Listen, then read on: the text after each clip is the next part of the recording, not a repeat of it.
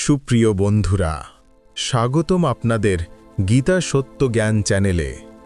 আজকের এই ভিডিওতে আমরা শুনব শ্রীকৃষ্ণের কণ্ঠস্বর, যে কণ্ঠস্বর রাতের ঘুমের আগে আর ভোরের আলোয় আমাদের মনে আশা জাগায়, জীবনের পথে সাহস দেয়।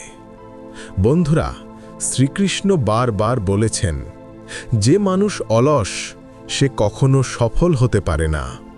কাজকে আগামীকালের জন্য ফেলে রাখলে সময় তোমাকে ফেলে রেখে চলে যাবে। যে আজকের কাজ আজই করে কেবল সেই জীবনের প্রকৃত যোদ্ধা। একবার কর্ণ ভগবান কৃষ্ণকে প্রশ্ন করলেন, প্রভু, আমার জন্ম থেকে অপমান, অভাব আর বঞ্চনাই আমার ভাগ্যে লিখা। আমি কেন এত অন্যায় সহ্য করলাম? তখন কৃষ্ণ শান্ত কণ্ঠে বললেন, হে কর্ণ, আমার জন্মও তো কারাগারের অন্ধকারে। জন্মের পরপরই মৃত্যুর ছায়া আমাকে ঘিরে ধরেছিল। ছোটবেলায় গোকুলে প্রতিদিন প্রাণঘাতী আক্রমণ সহ্য করেছি।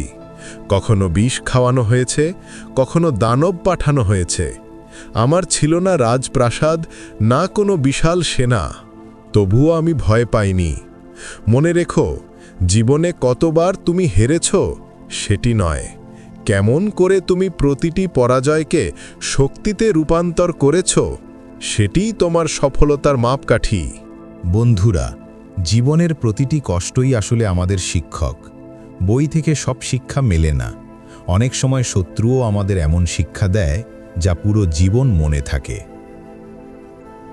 শ্রীকৃষ্ণ বলেছেন, যে মানুষ সবসময় দুঃখের কথা বলে সুখ তার দরজা থেকে ফিরে যায়। যে নিজের ভেতরে আস্থা রাখে তাকেই জয়ী হতে হয়, আর যে কেবল অন্যের দোষ খোঁজে তার জীবন অর্থহীন হয়ে পড়ে। এখন শুনুন একটি ছোট্ট গল্প। এক গরিব কৃষক প্রতিদিন মাঠে কাজ করত। তার একমাত্র বিশ্বাস ছিল, যা ঘটে তা ঈশ্বরের ইচ্ছায়। একদিন প্রচণ্ড ঝড়ে তার ফসল নষ্ট হয়ে গেল। গ্রামের সবাই তাকে নিয়ে হাসাহাসি করতে লাগল। কৃষক শুধু বলল, ভগবান দয়ালু। সবাই অবাক হলো, এই ক্ষতিতেও সে কেন ভগবানকে ধন্যবাদ দিচ্ছে?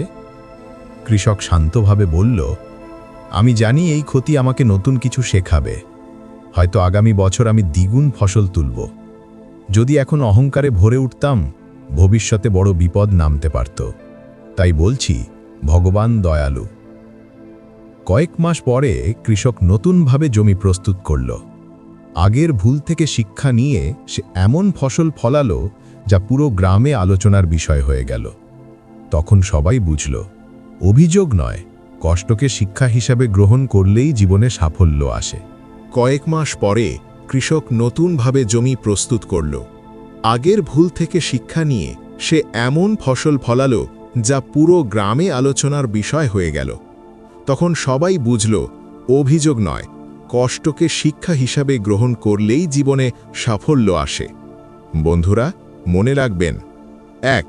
যে অপেক্ষা করতে জানে তার কাছে সব কিছু সময় মতো পৌঁছে যায়। 2. যে রাগ সামলাতে জানে সে সম্পর্ক রক্ষা করতে পারে, আর যে নীরবতাকে বোঝে সে আসল শক্তিশালী। কৃষ্ণ বলেছেন, মানুষের পতনের 5টি কারণ: ঘুম, রাগ, ভয়, আলস্য আর কাজ ফেলে রাখার অভ্যাস। যদি এগুলোকে জয় করতে পারেন, তবে কোনো শক্তিই আপনাকে হারাতে পারবে না। বন্ধুরা, জীবন খুব ছোট।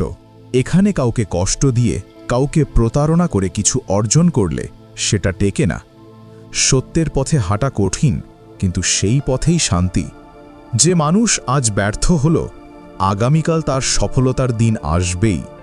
শেষে আবার মনে করিয়ে দিই, হাসি হল ভগবানের স্বাক্ষর। সেটি কান্না বা রাগে মুছে ফেলবেন না। যে আপনাকে নীরবতায়ও বোঝে, সেই আপনার প্রকৃত আপনজন। আর মনে রাখবেন, কেবল ভাগ্য নয়, আপনার কঠোর পরিশ্রমই আপনার ভবিষ্যৎ বদলাবে।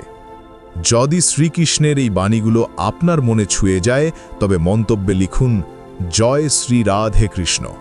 আর এমন আরও প্রেরণামূলক গল্প শুনতে চাইলে অবশ্যই সাবস্ক্রাইব করুন অজয় হিন্দি স্টোরিজ চ্যানেলকে।